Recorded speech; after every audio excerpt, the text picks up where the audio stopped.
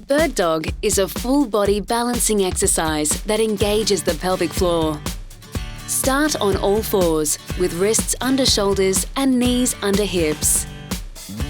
Your back should be straight and your neck should be neutral. Brace your core and draw your shoulder blades down your back toward your hips.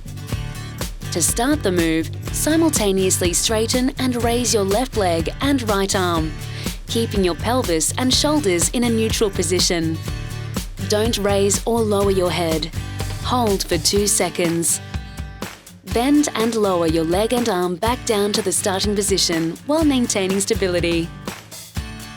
Then switch, raising your right leg and left arm. This is 1 rep.